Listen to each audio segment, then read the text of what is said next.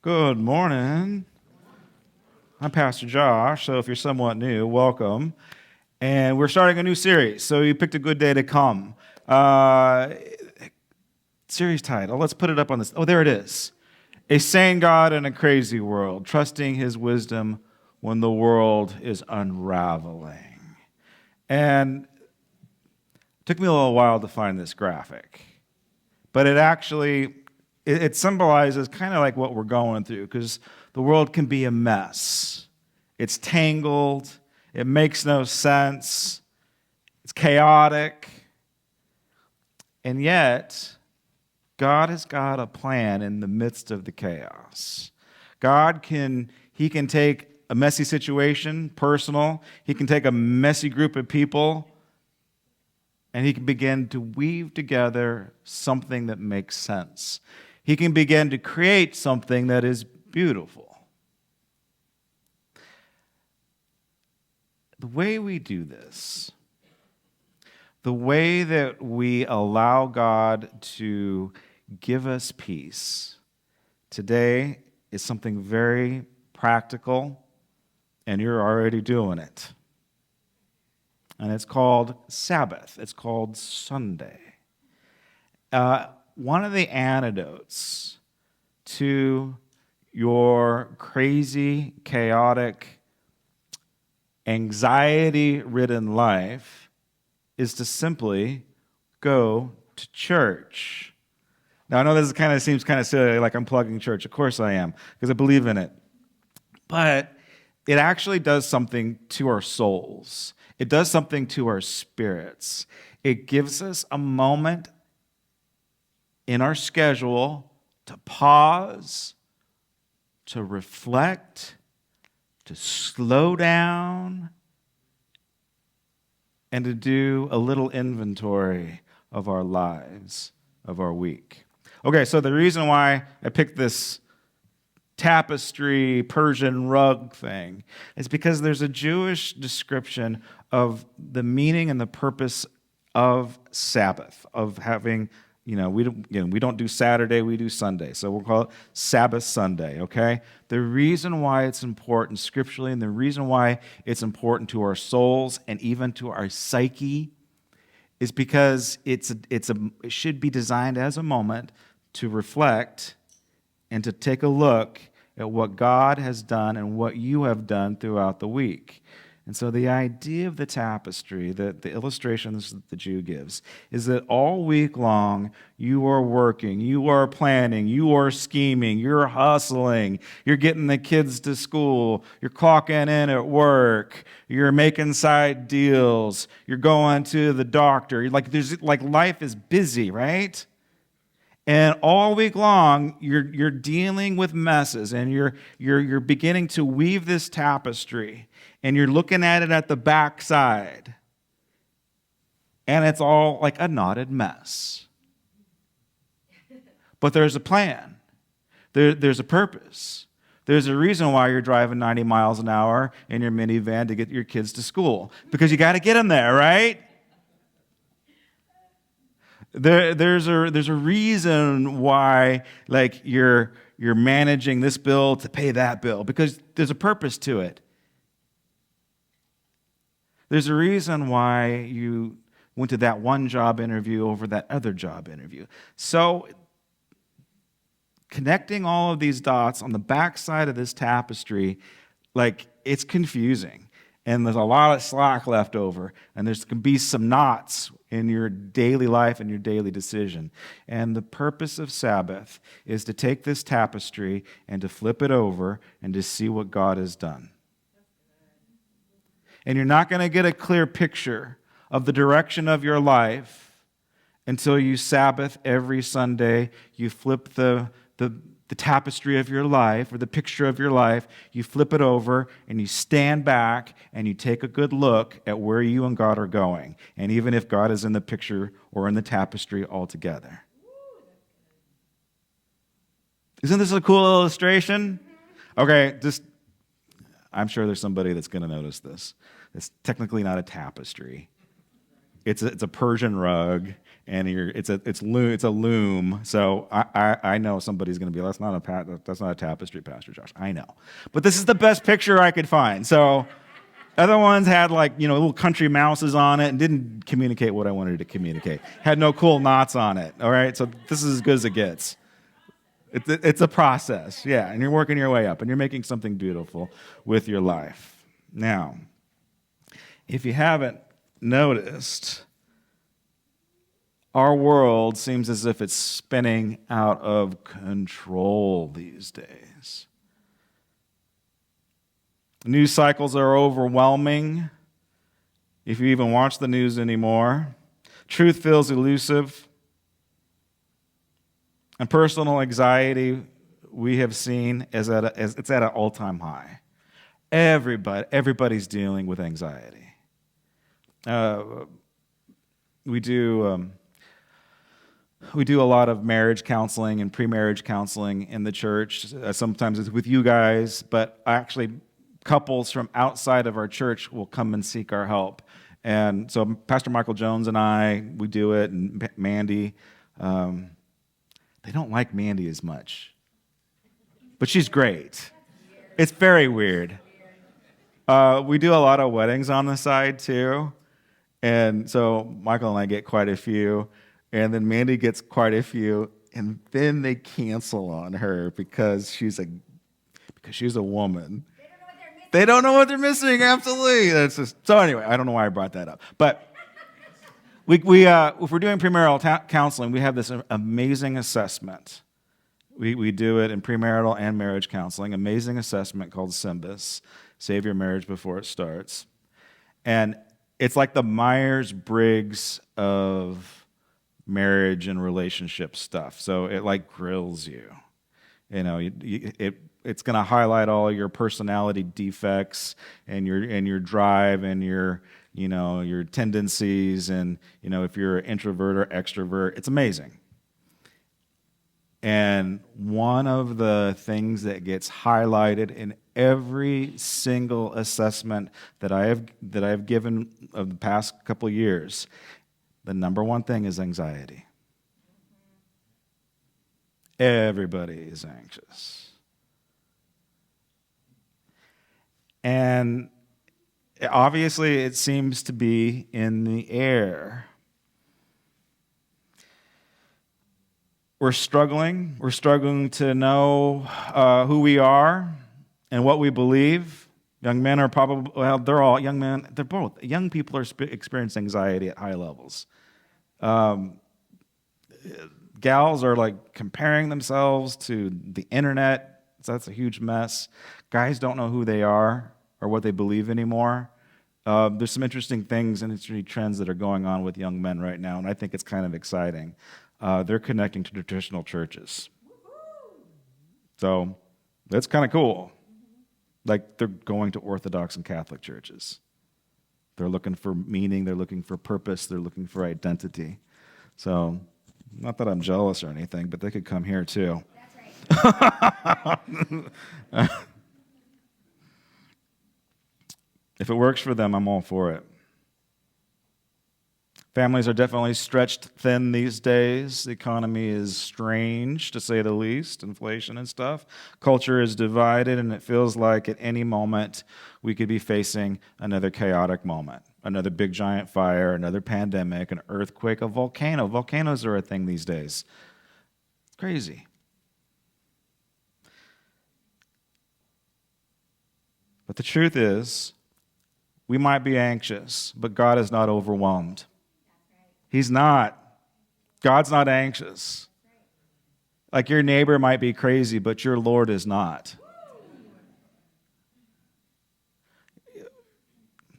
Insanity, craziness, weirdness, it's not a gift of the Holy Spirit. This is a side note. Don't be discipled by insane people, by crazy people. Be discipled by people that express and live and walk in the fruit of the Spirit. Just simple as that. We get attracted to crazy people because we think that they're spiritual. They're not. They're just crazy.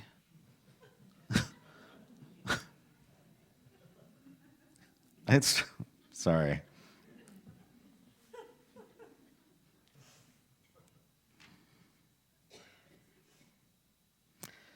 Jesus said in John 16:33, this is going to be one of the key scriptures in this whole series. I have told you these things, and so we're going to go over the things that Jesus told us in this series, but not today. I told you these things so that in me you may have peace. Peace is the antidote to anxiety, and we can have it. It's there for the taking. Peace is a choice, and I want to encourage us to choose it today. You can have peace. Now, in this world, you will have trouble. It's unavoidable. There's going to be knots. There's going to be messes. In this world, you will have trouble. That's just the way that it is. It's life. But take heart. I have overcome the world. Isn't that cool? Like, Jesus has overcome the world, not just your problems, but the entire world Jesus has overcome. So if he can overcome the world, I guarantee you that he can help you overcome your problems. Or at least give you peace to deal with it.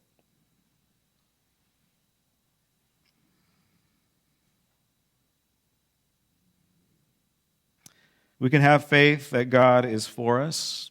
I love that Kim, in her ministry time today, she was after the Jeremiah 29:11 thing. It's like, God's got a hope for you. He's got a plan for you. He's got a purpose for you. And we can walk in that. And when we do, it gives us incredible amounts of not only peace, but joy. He's got a hope for our future.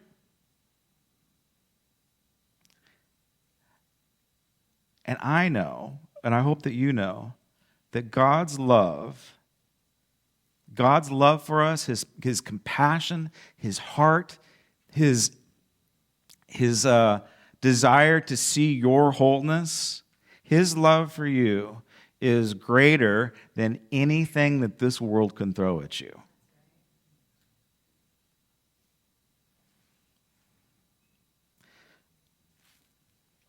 Sabbathing is the key to peace.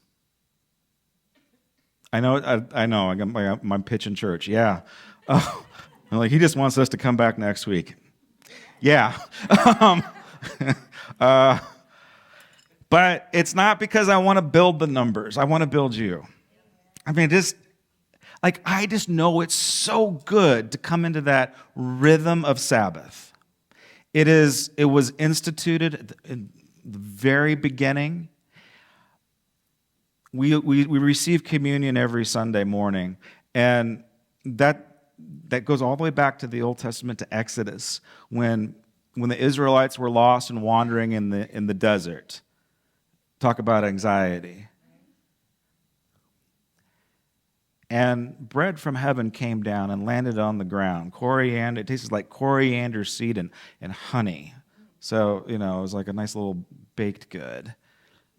And it sustained them. Like, it gave them all the nutrients that they needed, this divine bread from heaven. And it's just really cool that God provided it. And the interesting thing about the Sabbath is that it didn't start with the Ten Commandments. It started when the manna started falling from heaven. He dropped the bread from heaven to supply and provide sustenance for the people. And then he gives them the commandment: keep the Sabbath holy. Don't screw this up. You want to continue to be provided for? Keep the Sabbath holy. Isn't that cool? And it was a commandment before it started getting etched in stone. And then, of course, it becomes one of the 10 Commandments. I'm not going to go over all the 10 Commandments. But the Sabbath is the only one that is a sacred moment. It's the only one where it says you keep the Sabbath and you make it holy. And the Sabbath is the only ritual command in the 10 Commandments. The rest of them are pretty self-explanatory, almost common sense. Don't kill people. Don't sleep around. Don't steal. The basics. But the Sabbath is unique in that it's the only one that involves a ritual. There's another name for Sabbath. It's called Shabbat. Have you heard of this? And then if you've hung out with Jewish people, you've heard this term, Shabbat Shalom. Do you know what that means? Peace.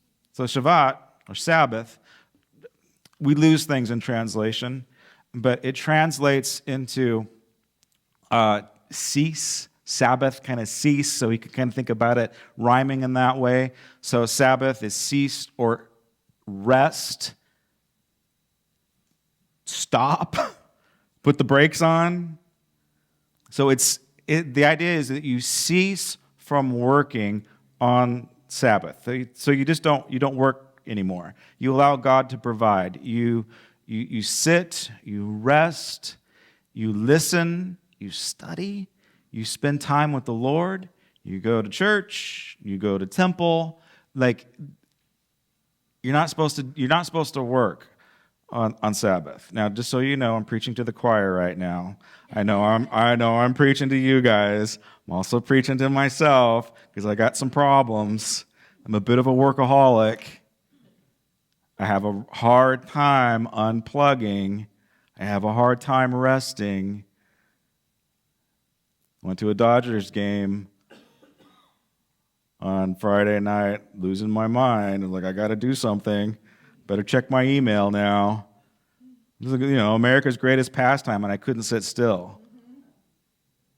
Couldn't unwind. Sunday is for unwinding.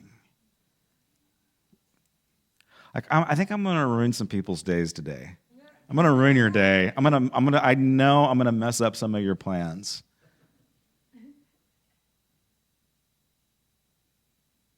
You shouldn't be checking your email today. You should be hanging out with your family and loved ones.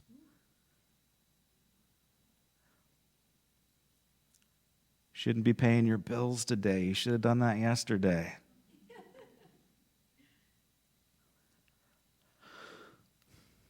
Pastor Josh, my wife's telling me I need to mow the yard. Thank you. Okay, here's the deal. All right, if you consider mowing the yard work, then tell your wife to take a hike. Tell her Pastor Josh said, we're not supposed to work on Sunday. Thus saith the Lord. Like, you can play the God card on this one. Free pass. No, but seriously, like, if it's work, you can do it tomorrow. This day is supposed to be holy. Rest, reflect, do an inventory on your soul, take a nap. Amen?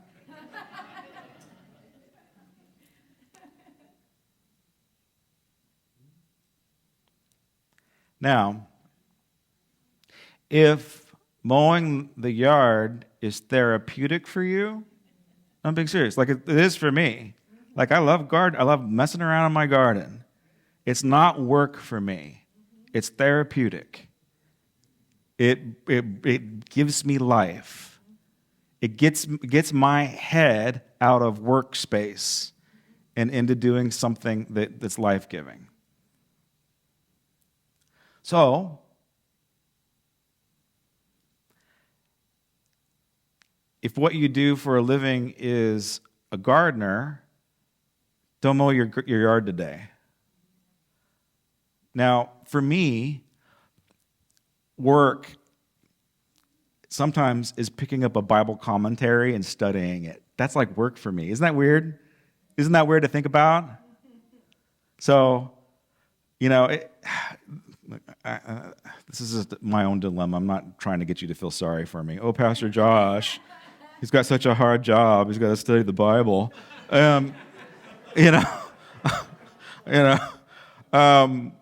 No, I'm not trying to get you to feel sorry for me, but it's a bit of a dilemma because I have to balance this. Okay, I'm going to the Word of God to refresh my own soul, but then there's the other part of my brain, like this is like I'm doing my job, I'm working. So when I Sabbath, this is kind of a weird thought to think about. When I Sabbath, I don't pick up Bible commentaries. I pick up the clippers. And I pull weeds. I love it. I'm not saying I don't read the Bible on my Sabbath, but I do something that restores my soul. Now, the gardener, he shouldn't be mowing the yard today. He should be Sabbathing. But something life-giving to him might be picking up a Bible commentary and diving in deep and refreshing his soul.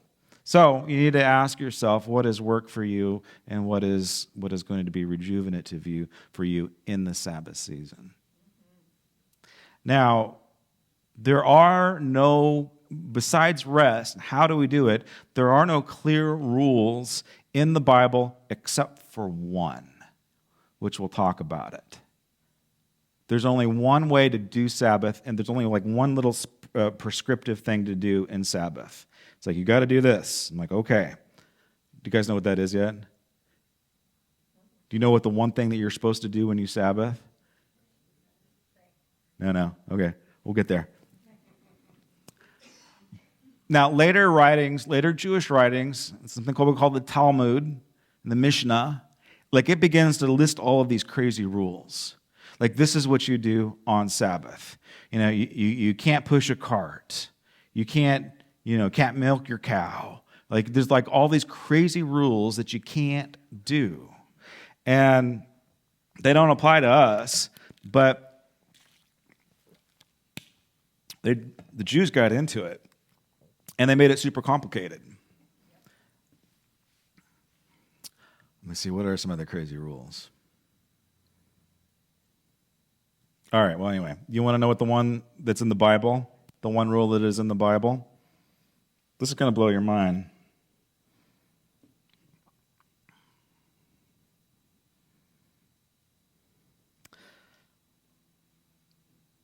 It's Exodus 35, verse 3. Ready for it? Do not light a fire in any of your dwellings on the Sabbath day. That's the only instruction. Don't light a fire. Don't light a candle. So when they get ready for Shabbat dinner, at sundown, they'll light the candles. And then that's it. There's no more candle lighting for the next 24 hours.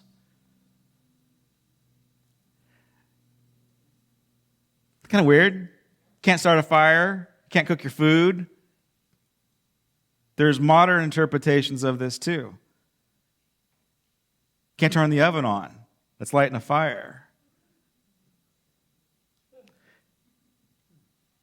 You can't turn the light switch on because that's igniting a circuit and turning on a light. So they can't literally turn the light switch on. I have my uncle who is a teetotaler. Do you know what that is, a teetotaler? Yeah, he doesn't drink alcohol at all. And you want to know why? It's because it's sinful. So this is the religious tradition that he's come out of. I won't tell you the denomination because that wouldn't be very nice. But so for him, alcohol is taboo. You don't do it. It breaks for him, it breaks God's law. It breaks God's code, right? Anybody ever grow up in a teetotaling type of a house? So it's okay. So and again, it's not because he's an ex-alcoholic. It's because he believes that the alcohol is a sinful thing. And so he does not touch his lips. His next door neighbor is a Jewish rabbi. And so his next door neighbor is celebrating Sabbath, can't turn on his lights, can't turn on his oven, can't toast his toast, can't turn on the toaster. And so the rabbi calls my uncle, his neighbor, and says, hey, Lauren, Sabbath, would you mind coming over to my house and plugging my toaster in? It's a nice little workaround there, right? And there's actually a word for it. It's called gamma, like grandma, gamma. So there's ways around the system. You call your neighbor, hey, would you turn my lights on for me? I'm prohibited to do it, but you can do it, and I can tell you to do it, and that's okay for some reason. And so he comes over and turns on the toaster and toasts his neighbor's bread, and the rabbi had a nice little butter thing. And so the rabbi was so appreciative that, his friend came over and toasted his bread. Do you want to know what gift the rabbi gave my uncle? A bottle of wine. Isn't that a great story? Like two legalistic people. I know. Love it. The gamma thing, the little workarounds, like calling your neighbor. There's kosher elevators, because you're not supposed to push the button to turn on a light on an elevator. You're not supposed to activate anything. And so they just program the elevators to stop at every floor. Pastor Larry's got stuck on one of those once before. They have kosher microwaves that are programmed that the digital lights turn off on Sabbath. And it sounds like a joke. I'm not making this up. It's called Sabbath mode. So you can get your appliances with Sabbath mode. It sounds like a heavy metal song. Sabbath mode. And it's just a workaround. I mean, for them, it's really important that they keep these rules, and it's really important to the Orthodox Jews. There's other Jews who are like, yeah, whatever, this is just silly. For us, it seems really bizarre. Now, it seems like a lot of hoops to jump through just to make God happy, yeah? And when all of these laws were written about, you can't light a candle, you can't ride your donkey. There's all these really crazy rules. At the same time, when there were these, I hate to call them legalistic scribes, but we'll just do it. I don't have a better word for it. But all of these legalistic scribes that were writing down all of the rules, there were also some very wise rabbis that said, you know what? Maybe there's a different interpretation of this idea of not lighting a fire. Maybe there's something a little bit more to it than flicking the light switch on or starting up your car engine. Maybe there's something else going on here. Maybe there's a deeper meaning to what is actually taking place.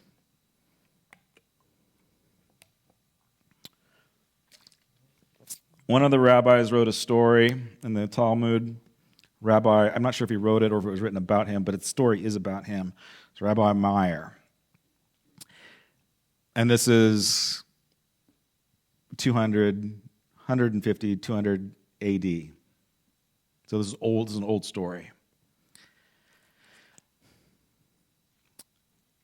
The story goes like this. There was a couple that every Friday afternoon before Sabbath, this couple got in a rip-roaring fight. Every single Friday before the holy day, they would get into an argument. I can relate to this. It is the strangest thing. Every pastor in the church, in our church at least, has experienced this. Every Sunday morning, if you are not careful for some strange reason, you will get into a fight with your spouse on your way to church. And maybe you've experienced something very similar. Every single time that God does something cool, there seems to be an argument somewhere or with somebody. Every time the church experiences an incredible win, there is somebody with a gripe. And yeah, there's some things that obviously that need to change. However, there's things that need to get better. There's relationships that need to be a little more honest. But a large majority of it, most of the time, you ready for this? It's spiritual warfare. And I've become to expect it. Like, I like if we're going to a church event, like I just anticipate it. I was like, okay, all right, when is this going to happen? And it's kind of silly. I don't know if it's cynical or not, but maybe it's just wisdom. I expect conflict whenever God does something. In a way, I can kind of make fun of it. Like, that's silly, devil. That's good. Nice try. And so this old Jewish couple, every Friday afternoon, they just got into it, fought like cats and dogs. Of course, that bled over into Sabbath, into their day of rest. They quit lighting candles and working and milking their cows and stuff. They quit working on that day, but they were still arguing and bickering throughout their entire Sabbath. So Rabbi Meyer pays them a visit, comes and he knocks on the door, and he's got a suitcase. He doesn't do marriage counseling. He literally moves in. And he lives with them for 3 weeks until they stopped arguing. They actually considered Rabbi Meyer a miracle worker. And to get a couple to stop arguing is definitely a miracle.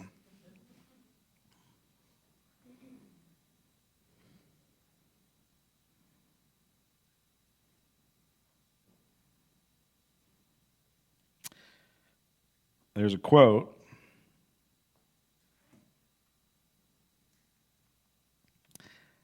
As Rabbi Meyer leaves the house after he's succeeded in this really interesting marriage counseling situation, there's a quote.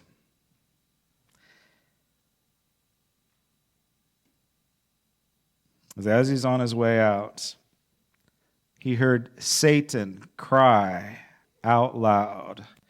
And Satan says, "Woe to me, for Rabbi Meyer has removed me from my home." Isn't this a powerful story?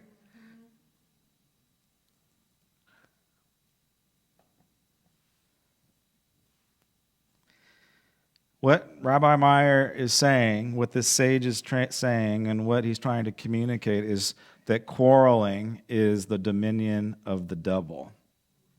Is you guys okay? That was a tough one, right? Now,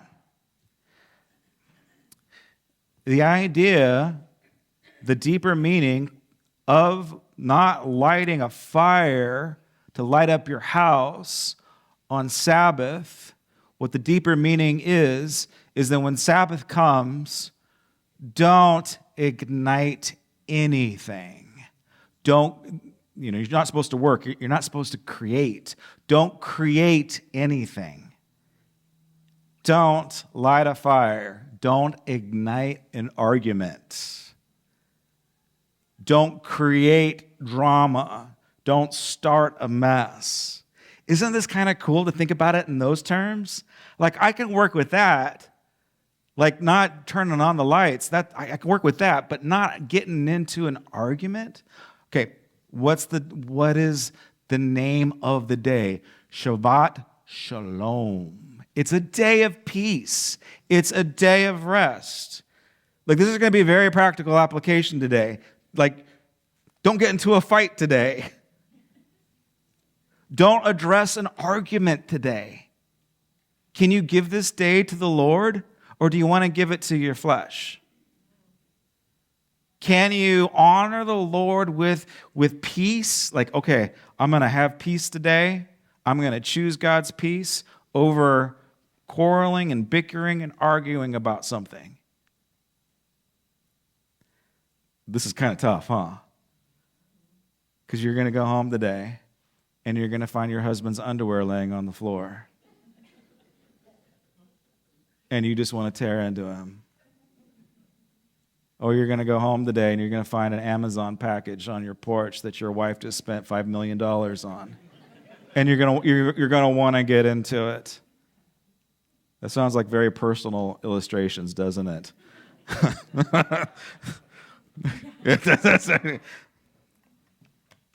You're going to want to get into it today. You're going to want to argue today. I guarantee it. Why? Because that's the domain of the Satan. Now, look, it's unavoidable. You have to argue. You've got to get into it. You have to have hard conversations. You have to speak the truth in love. You've got to work out your stuff. You got to fight. You got to fight in front of your kids. You got to fight for, justice. There's a lot of things that we got to fight for, but not today. Today you choose peace, and tomorrow you fight. It's a rhythm.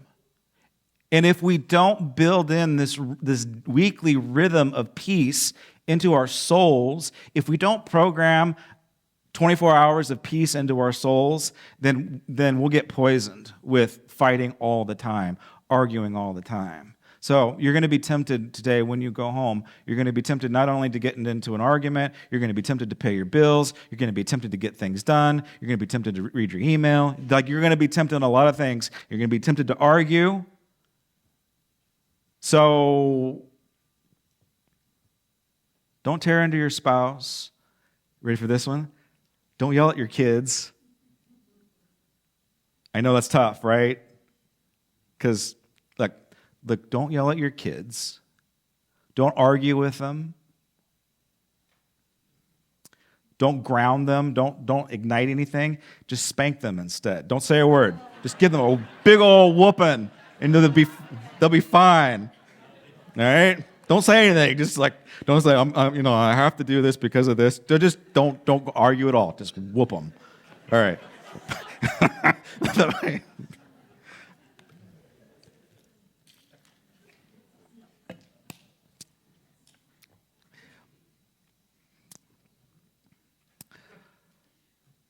Definitely don't get on the internet to argue about something. Do you know how much poison that is for our brains? It's like, arguing with my neighbors isn't good enough. I'm going to get online and argue with people I don't even know. Fighting with people I don't see, that I can't see face to face. This is the Lord's day. Don't engage online. And I know that there's some people out there. You are absolutely right, and they're absolute idiots. And I know you want to tell them that. But let's just not fight today. Let's make this day holy. Yeah?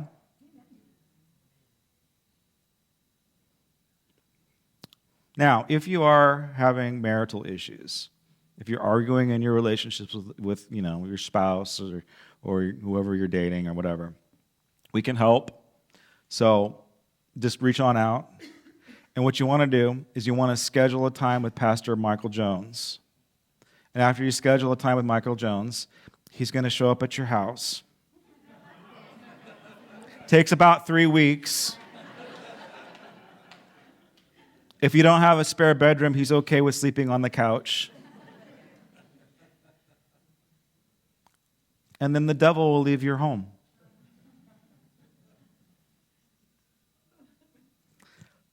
You don't have to allow Satan to reside in your home.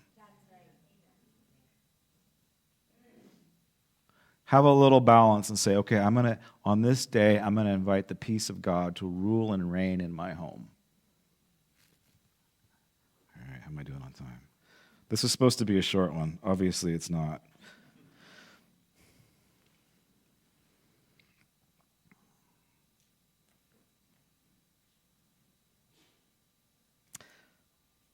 God wants us to live under his blessings, and he doesn't want us to live in a constant chaotic state of anxiety. Arguments and offenses, that breeds anxiety. Look, we're not able to fix the world's problems. We can't fix the crazy world. But what we can do is fix our crazy lives, our crazy homes. We can get the drama out of our home, and we can have peace in our home.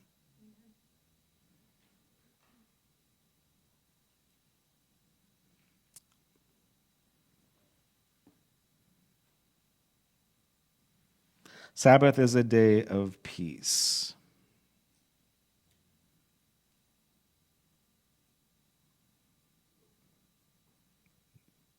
All right, I'm going to skip that part. Okay, it was really good.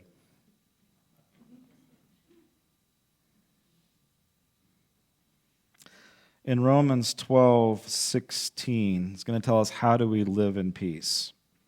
How do you actually live in peace when people are nuts? Right? How do you do it? Paul says, live in harmony with one another. Do not be haughty. All right? So part of the key to living in peace is making sure that you're checking yourself before you wreck yourself.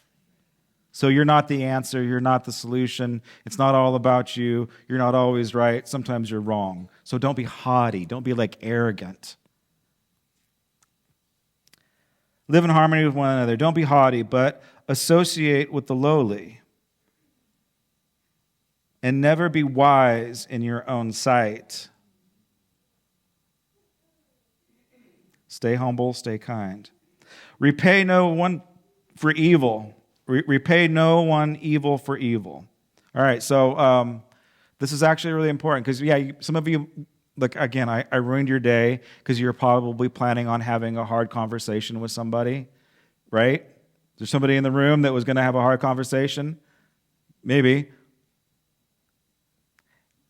And the reason why you shouldn't have that conversation today, because you need to learn this. Don't repay evil for evil. It's not a tit for tat type of a thing. So you did this to me, so I'm going to do this to you. Don't repay evil for evil. Give thought to what is honorable in the sight of all. Now, this is the part that we need to get. If possible, so far as it depends on you, live peaceably with all. And there's a number of other scriptures that say that you keep the bond of unity, you keep the bond of peace. You are to be at peace with everybody. Like, that's a hard one, right? Be at peace with everybody? But I love how Paul says it here in Romans. If possible, so far as it depends on you, live peaceably with all. So if it is possible, because there's going to be times when peace is not going to be possible, yeah? Like, there's going to be lines drawn in the sands, like where you're just not going to be able, you can't even get to the point where we're going to be able to agree to disagree. And it's not possible. But you have to try. You have to try. It is your responsibility as a believer to try to keep the peace. They can reject it, but it is your job to offer it.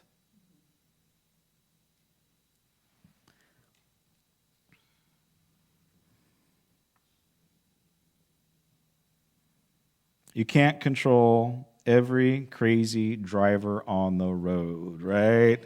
I haven't even talked about sitting in traffic yet, not getting in fights. We can't control every rude comment.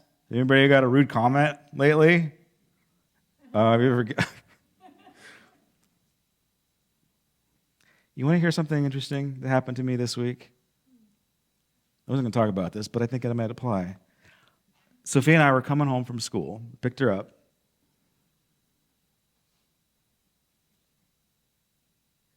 I don't know. I think I'm a decent driver. Mako says that I drive like an old man. So maybe I drive cautiously, like the speed limit at times. I don't know. And this guy in this ginormous truck, it's all jacked up. He rides up on my bumper 1,000,000 miles an hour, and he's laying on the horn. I might have said some things. But what I did say is, Sophia, get my camera and let's take pictures of this. I know. We're going to video this. And then I said some things. So take some pictures of this guy. But the strange thing about it, okay, think about the big giant the mega truck, the monster truck. And it had a wrap around it too, so it had graphics on it. Okay, you want to know what's strange about it? And in your mind, you probably have pictured a certain type of person that drives monster trucks aggressively, right? Do you have that guy in your mind right now? The interesting thing is, it was not this guy. This truck was wrapped with the graphic of the Dome of the Rock and was flying a Palestine flag, and they were blaring propaganda out the window. And so after I kind of saw that, I'm like, this is spiritual warfare. This person was sent into my lane, literally, to get me worked up and to get me angry. And it succeeded, right? And so I had to okay, I'm not going to allow the devil to have domain, to take up space, to take up rent in my soul. Driving aside, I've got a very good reason to be offended because this guy, right? But then after I saw, okay, there's something else going on here. There's something deeper taking place. And so, I don't know, my daughter would probably she would disagree with me. But I would like to say, and for the sake of this sermon, I would like to say that I chose peace. That I chose not to allow that situation, that vibe to get under my skin. All right, yeah, honestly, I didn't choose peace in that moment. I did not. Now that let's just be honest, I can't lie from the pulpit. I'm like, let's follow that guy. Let's see where he's going. And Sophia's like, Dad, just leave it alone. Right, she chose peace. I did not, so yeah.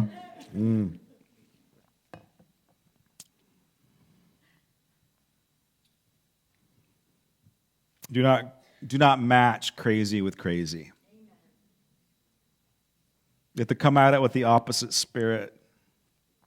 You overcome it with good and kindness and gentleness, forbearance, everybody's favorite, self-control.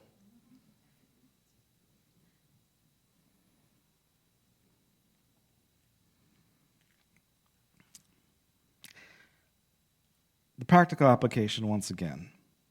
If you want peace to rule and reign in your heart and in your everyday life, start working on your tapestry. Start Sabbathing. Like do it now. Decide today that you will be in God's house next week. Make that decision now. And I know maybe some of you have got things going on. You got, I don't know, baseball games. I went to a baseball game. You got things going on. I get it. And I don't want to get legalistic about this. But I'm just saying, make it a value. Make it this is what I do. This is what our family does. We go into the house of the Lord with believers, with brothers and sisters of Christ, and we make it a priority. Again, if something comes up, if you got to go on vacation, if you got to go, maybe your boss calls you into work. Well, okay, what was the idea? As long as, as much as it depends upon you, keep the peace. So if it is within your power to keep the Sabbath, I think it's a really important thing to do, to keep the Sabbath. Then you will see that, okay, I'm in this rhythm. And then if you apply this principle of the fire, of not igniting anything, not getting into a fight, not starting drama, not creating a mess, not addressing an issue, a past hurt or whatever, not digging up something. If you can just make this day a day of peace. Could you imagine if every Christian could just dedicate one day of peace and not arguing on the internet about something? One day. And making it the Lord's day. Like I promise you that will transform our lives personally on an individual level. But I also think there could be a much bigger picture. Like I think it could be addictive. I think it could change the world. I think it's going to look different for everybody. But I am pretty confident in saying that today, on this day, don't start a fight. Don't light a fire. Do it tomorrow. Take care of business later. Today is not a day of business.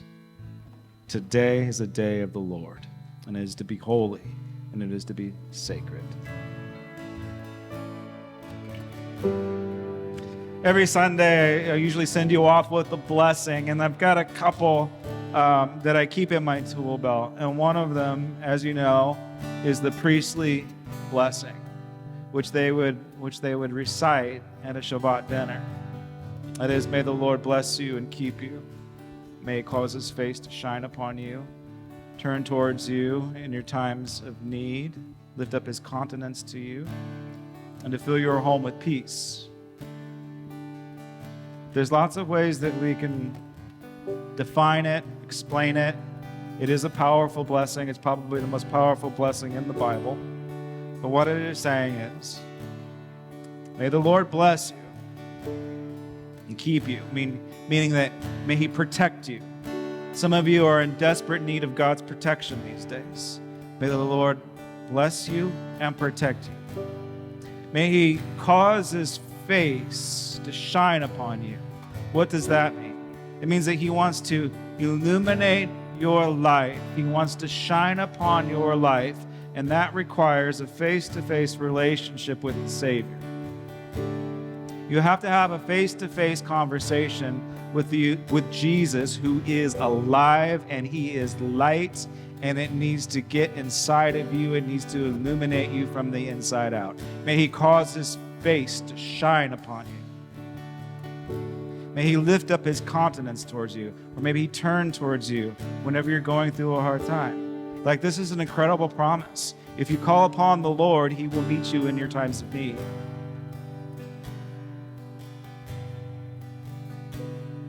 It really is the key to the whole thing, the purpose of why God came, why Jesus came. It is the purpose of it, is that I may give you peace. And so he promises us, he blesses us with filling our home with peace. So now may the Lord bless you and keep you. May he cause his face to shine upon you. May he turn towards you in your times of need. And may he fill your home with peace and provision. God bless you all. Hope you have a powerful day. It looks like you're going to have a beautiful day because it's gorgeous out there. God bless you all. Have a great day.